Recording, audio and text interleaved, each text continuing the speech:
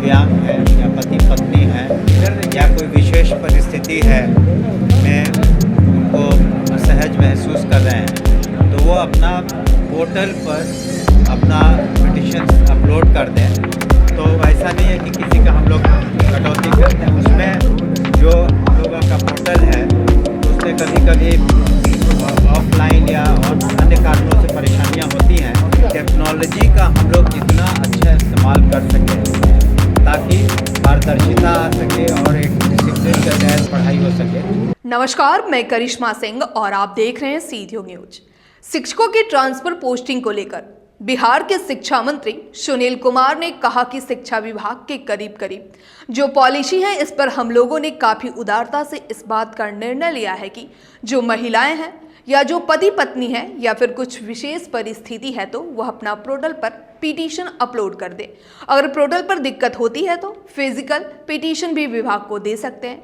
करीब करीब तैयारी हो गई है। 1 सप्ताह 10 दिन के अंदर हम लोग अप्रूवल करके और प्रोसेस करने में जो वक्त लगे, उम्मीद है कि सितंबर माह के अंत तक हम लोग पूरा इस कार्य को कर लेंगे। शिक्षा विभाग ने आदेश जारी किया है कि जितने भी शिक्षक हैं वह अपना ऑनलाइन अटेंडेंस लगाएंगे। इस पर मंत्री सुनील कुमार ने कहा कि कहीं कहीं परेशानी आ रही है तो वैसा नहीं है कि हम लोग कटौती करेंगे। जो हम लोगों का पोर्टल है उसमें कभी कभी कई कारणों से परेशानी होती है, लेकिन धीरे धीरे यह बात सभी को समझना होगा कि टेक्नोलॉजी का हम लोग जितना यूज कर सके ताकि प्रदर्शिता आ सके, स्कूलों में पढ़ाई हो सके। 20% पोर्टल का काम अभी बाकी है और अगर हम लोग टेक्नोलॉजी का सही इस्तेमाल करते हैं तो इसका फायदा सभी को होगा।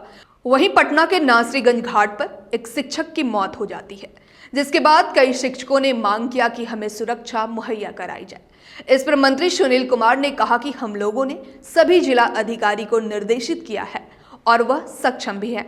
वर्तमान में जहां भी बाढ़ की स्थिति है वहां वह स्कूल बंद करने का निर्णय ले सकते हैं। पटना जिला में जिला अधिकारी ने कई स्कूल भी बंद कर दिए हैं। आप सभी को नमस्कार। शिक्षा विभाग ने करीब करीब वो जो पॉलिसी है जिसमें हम लोगों ने काफ़ी उदारता से इस बात का निर्णय लिया है कि जो भी महिलाएं हैं, दिव्यांग है या पति पत्नी है या कोई विशेष परिस्थिति है में उनको असहज महसूस कर रहे हैं तो वो अपना पोर्टल पर अपना पिटिशन अपलोड कर दें और हम लोग को भी अगर नहीं पोर्टल पर दिक्कत होती है तो फिजिकल पिटिशन भी विभाग में दे दें। और करीब करीब तैयारी हो गई है और हमें लगता है कि 1 सप्ताह के अंदर या 10 दिन हो सकता लगे, उसमें हम लोग अप्रूवल करके फिर उसको प्रोसेस करने में जो वक्त लगे 1 सप्ताह 2 सप्ताह जो लगे, हमें उम्मीद है इस महीने के अंत तक, इस महीने नहीं सितंबर माह के अंत तक हम लोग सारे निर्णय ले लेंगे।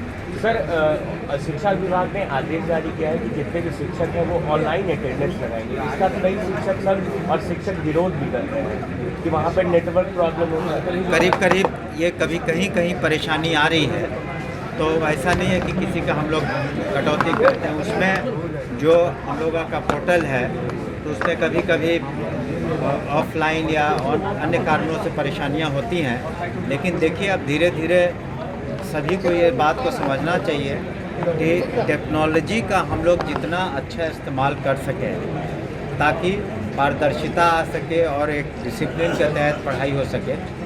तो इस वजह से हम लोग कर रहे हैं कि टेक्नोलॉजी में, लेकिन जब हम एक नए टेक्नोलॉजी की ओर बढ़ते हैं या नए सिस्टम को लाते हैं तो शुरू में कठिनाइयाँ होती हैं। जैसे जो हम लोग आधार सीडिंग कर रहे हैं तो पर्पस ये है कि हम लोग कहीं डुप्लीकेशन नहीं हो। प्राइवेट स्कूल में बच्चे हैं, सरकारी स्कूल में बच्चे हैं तो उसका डुप्लीकेशन नहीं हो, इसलिए हम आधार सीडिंग कर रहे हैं और सभी डाटा हम लोग का करेक्ट हो जाए।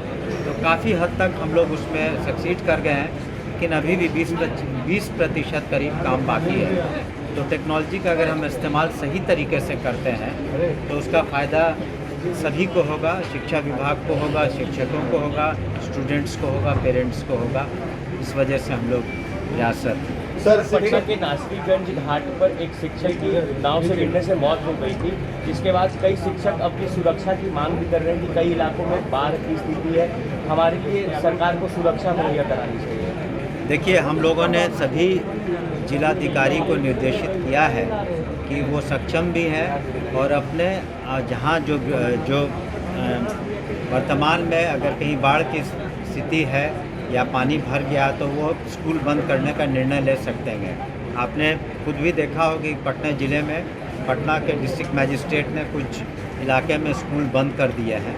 तो वो सभी जिला जो अधिकारी हैं वो स्टेट ये डिस्ट्रिक्ट डिज़ास्टर मैनेजमेंट कमेटी होती है, उसके वो अध्यक्ष होते हैं। तो वो सक्षम है एक्ट के तहत भी इस तरह का निर्णय ले सकते हैं। और हम लोगों ने सभी डीएम्स को भी ये निर्देशित किया है कि आवश्यकता अनुसार अपने डिस्ट्रिक्ट में जहां आवश्यकता पड़ेगी उस स्कूल को बंद कर देंगे। 10 महीने से पेमेंट लगभग अटका हुआ है। वो कुछ कई विद्यालयों में इसका समाधान निकल गया, लेकिन कुछ विद्यालयों में बात सही है कि पेमेंट की समस्या है। आज भी कुछ लोग आए थे हमारे पास, तो उसका हम लोग समाधान 1 सप्ताह के अंदर कर देंगे।